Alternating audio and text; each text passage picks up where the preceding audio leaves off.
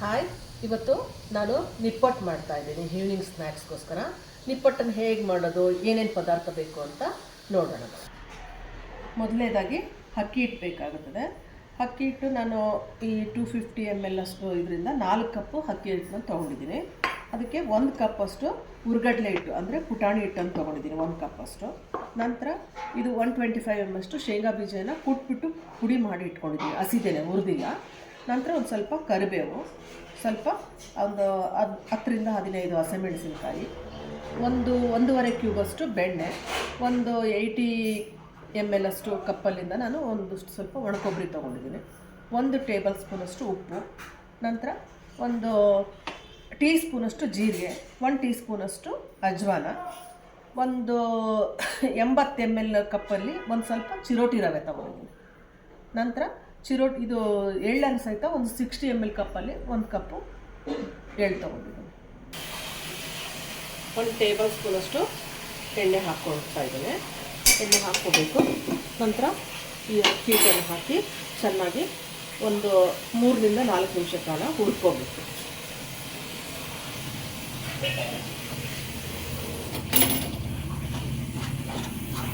ಈಗ 2 ನಿಮಿಷ ಆಗಿದೆ. ನಾನು ರವೆ ಸಹಿತ ಹಾಕ್ಕೊಂಡು ನಂತರ ಇದು 1.5 ಕ್ಯೂಬಷ್ಟು ಬೆಣ್ಣೆ ಇದೆಯಲ್ಲ ಅದನ್ನು ಸಹಿತ ಹಾಕ್ಕೊಳ್ತಾ ಇದ್ದೀನಿ. ನಂತರ ಈಗ ಇದನ್ನು ಸಹಿತ ಒಂದು 2 ನಿಮಿಷ ಆಗಿರೋದ್ರಿಂದ ಇನ್ನೂ 2 ನಿಮಿಷ ಫ್ರೈ ಮಾಡ್ಕೋಬೇಕು. ಈಗ ಇದು ಆಗಿದೆ. ನಾನೀಗ ಇದನ್ನು ಎತ್ಕೊಂಡು ಸ್ಟವ್ ಆಫ್ ಮಾಡಿ ಪರಾತಾಗ ಹಾಕ್ಕೊಳ್ತಾ ಇದ್ದೀನಿ. ನಂತರ ಹುರ್ಗಡ್ಲೆ ಹಿಟ್ಟನ್ನು ಹಾಕ್ಕೊಳ್ತಾ ಇದ್ದೀನಿ, ಶೇಂಗಾ ಬೀಜ, ಒಣಕೊಬ್ಬರಿ, ಕರಿಬೇವು, ಹಸಿಮೆಣಸಿನಕಾಯಿ, ಎಳ್ಳು, ಅಜ್ವಾನ, ಜೀರಿಗೆ,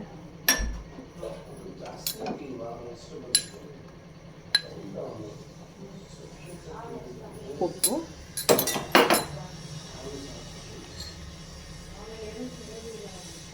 ಜೀರಿಗೆ ಇದೆಲ್ಲ ಹಾಕ್ಬಿಟ್ಟು ಕಲಿಸ್ಕೋಬೇಕು. ಸಾದ ಇದೆ. ನೀರನ್ನು ತಗೊಳ್ತಾ ಇದ್ದೀನಿ. ಎಲ್ಲವನ್ನು ಮಿಕ್ಸ್ ಮಾಡಿಕೊಂಡು ಈ ಹಂತದಲ್ಲಿ ನಾನು 1 ಟೀ ಸ್ಪೂನನ್ನಷ್ಟು ಮಾತ್ರ ಖಾರ ಪುಡಿ ಹಾಕ್ಕೊಳ್ತೀನಿ. ಖಾರ ಸ್ವಲ್ಪ ಬೇಕು ಅಂದರೆ, ಖಾರ ಬೇಡ ಅಂದರೆ ಅದು ಹಸಿಮೆಣಸಿನಕಾಯಿ ಅಷ್ಟೇ ಸಾಕಾಗುತ್ತೆ. ಈಗ ನಾನು ನೀರನ್ನು ಹಾಕ್ಕೊಂಡು ಕಲಿಸ್ಕೊಳ್ತಾ ಇದ್ದೀನಿ.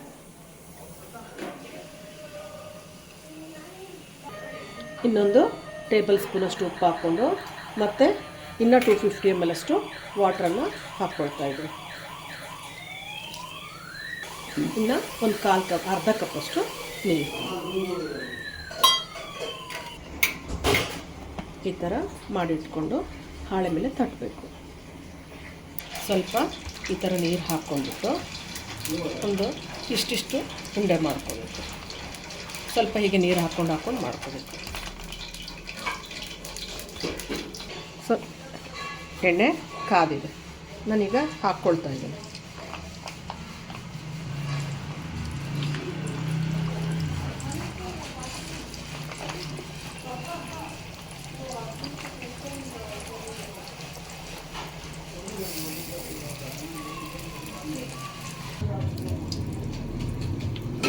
ಹಾಕ್ಕೊಳ್ತಾ ಇದ್ದೀನಿ ಈಗ.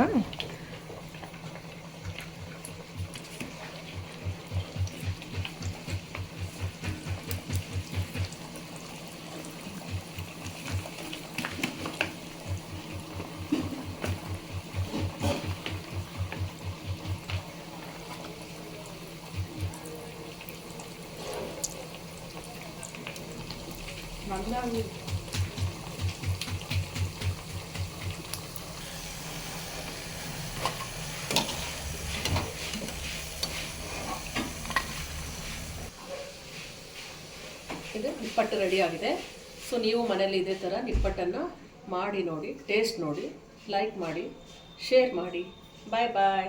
Thank you.